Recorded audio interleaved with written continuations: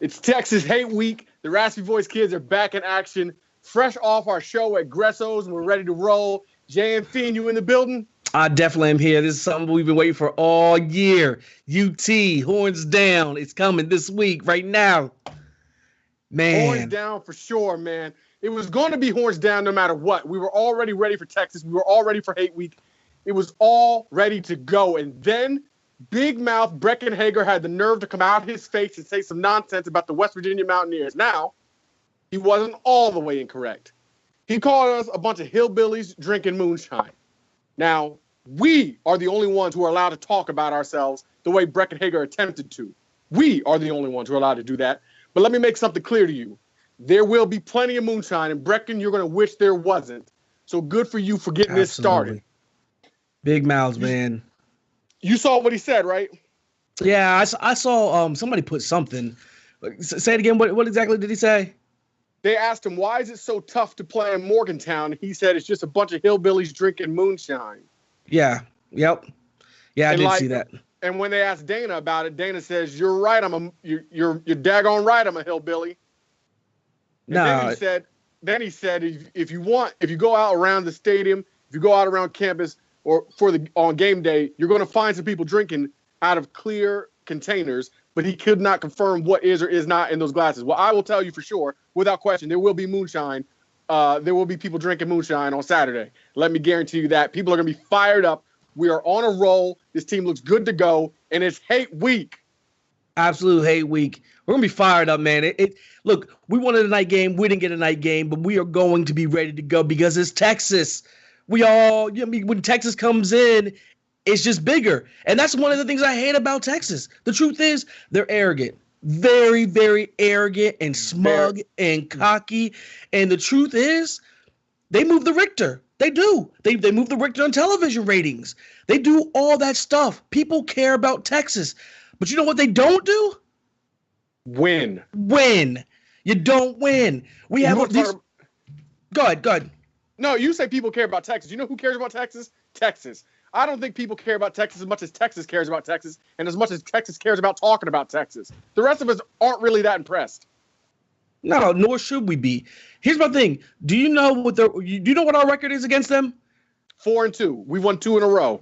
4-2. Ain't nobody scared of Texas. Nobody's afraid of Texas. You got this Texas, air about yourself. Bring yourself to Morgantown, and we'll beat you like we always do. 4-2. This isn't some other team that you whip up on. What is there to be scared of Texas? The last 3 years, what 5-7, 5-7, 6-7. You walk around arrogant, but for what? You're scared of your little brothers. You don't play Texas A&M. You don't go around them. You know why? You boys get whipped. Like for us, we have a reason why we don't play other people because there's no benefit. But Texas A&M is a big boy college now. Y'all are pure and simple scared of A&M, and I would be too. Going 5-7, 6-7, 5-7, and 5-7, losing records last 3 years. Come on now. Yeah, and especially when you add to that, part of that losing record was losing to the Jayhawks, the Kansas Jayhawks last year. Don't think we forgot. Nobody forgets. We all remember because you talk too much. The biggest thing about y'all is you talk. If you were to just listen to Texas talk, you would think that they're the same as Alabama. You would think that they're USC. Yeah. You would think that they're the same as all the big boys in college football. But guess what? They're not. You know how many national championships Texas has won in basketball and football in the last 47 years? Do you know? One. They won one. And they had to get a miracle play by Vince Young, who was a superhuman, at the last second to get that one. No. Texas, you are not a top contender. You are not legitimate. You are not a big boy. You wish you were. But remember how you thought you were going to get Nick Saban from Alabama? What did they tell you? Not interested. Why? You're not a big boy. You're not a big dog. You got a big bark. You ain't got no big bite. No big bite. That's my thing, too. And I love that you brought it up. They have one national championship. I'm going to talk about Mac Brown. We're going to go back on the Mac Brown days. Mac Brown is a good coach, but people who put him in this elite status, granted, he won 10-plus games plenty of years, and he had a great, he was 134-34.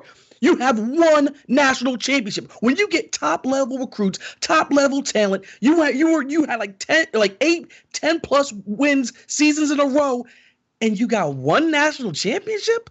I can't put you in the elite for that. You are the same as Jim Boeheim up there in Syracuse. Is he a good coach? Yes. Don't put him in Coach K's category. Don't put him in Calipari's category. These two guys, different sports, they are the same coach. Boeheim, top-level recruits, and he has one national championship because of this amazing freshman who came in, who it didn't matter who he was playing for, put him on their back and led him to a championship, so he got his one lucky championship. Same thing with Mac Brown. King of underachieving when it comes to sealing the deal and winning big boy games. What happened? We all remember the magical night when Vince Young, it didn't matter who his coach was. Vince Young put his team on his back and won the national championship. Other than that, please don't talk about Mac Brown in the likes of these elite coaches. Stop it. Overrated, and you get the best talent, so stop it. You had Kevin Durant and couldn't win a national championship. Did you even go to the Final Four? No, not with Kevin Durant. You had Durantula, you had the servant, you had KD, and you still couldn't win a title. You know what that means? You're not a big boy. You're not a big dog. Stop barking. And we don't care how much money you make. That's all you ever talk about. Nobody's interested. We want to see results. You don't have any. You lose. You don't win. You can't even beat us. We're 4-2. We beat you 38-20 last year with Skylar Don Howard, who I love for his grit and his heart, but he's nothing compared to Mountain Greer. What do you think you got waiting on you come Saturday? I can't wait. What do you think these hillbillies got for you when that moonshine gets in them? Come Saturday. Come find us. Come find us. Texas is not only arrogant, they're selfish, they're self-centered, all this stuff. I'm going to point back to you to Mac Brown. How many NFL players did Mac Brown have? He had 1 million. They got some of the top talent in the country. Do you know how many players? Every year. Do you know single year.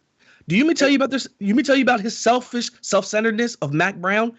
Out of all these years, according to Wikipedia, do you know how many players left before they finished their 4 years, their college eligibility? Out of all them years, how many? 4. 4 people left early. This is according to Wikipedia. The 4 people were. Can you name them? Can you name a couple of them? Gotta have one. Ricky Williams. Nope. Vince Young. Jamal Charles, I forgot. Jermichael Finley. Jermichael Finley was a third, and was it Kwame Cavell? The 4 players. You tell me what kind of selfishness a coach. You mean to tell me these kids couldn't win to the NFL, made money? I'm not talking about leaving as sophomores. I'm talking about leaving as juniors. Who was holding them back but a selfish person? When you go and evaluate a kid whether he can go to the NFL, make money, how do you fix your mouth to say, no, I think you need to stay another year at UT? And don't act like they wanted to stay at UT. Point is this. You're selfish. The state is selfish. 4 players in a program of all time. We've had 4 people leave in the last 4 years. Maybe more. It's ridiculous. It's ridiculous. The whole thing is ridiculous. And I don't want to spend too much time on Mac Brown. He got his already. Mac Brown is now analyzing. Okay, that's what you did with the best coach in your history. He's analyzing because he could only win one national title. I'm talking about the culture down there. And now you got Tom Herman in the saddle, and the man can't even swing a hammer. Did you see him when he was trying to tear down those lockers? Nearly bounced back and fell on his butt. I guarantee you Dana Holgorsen and the Mountaineers wouldn't go out with that garbage. Yeah, and I'm sick of this. I'm sick of this Tom Herman stuff. Tom Herman was supposed to come and turn everything around. I know it's in his first year, but come on, to Maryland getting mopped up like that? To USC? You guys are celebrating moral victories down there in Texas right now. Oh, you played a good game against UT. Stop it. Stop. And then the Red River rivalry, let's be honest, Oklahoma owned you. The Oklahoma owns your butts right now. You should be embarrassed by your standing and your showing in that Red River rivalry. That's what I'm trying to say, okay? Red River shootout is what I like to call it. Y'all been getting shot out. Straight up malopped these last few years by Oklahoma especially. They own y'all, okay? There's no comparison. I know you really wish there was, but there's not. And you should go back to playing A&M like Jeremy said, because that would be a chance for you to have some kind of rivalry where you would have a shot, which that wouldn't even be for sure because they look a lot better than you guys have these last few years, even as they faded down the stretch. So if we're being real, man, horns down. It's Texas hate week. We got plenty of reasons to hate him. We got plenty of reasons to be favored this game. Plenty of reasons to capitalize on that, finish this game, and show them what real ball is about and make it 5-2. Come Saturday. Come see us.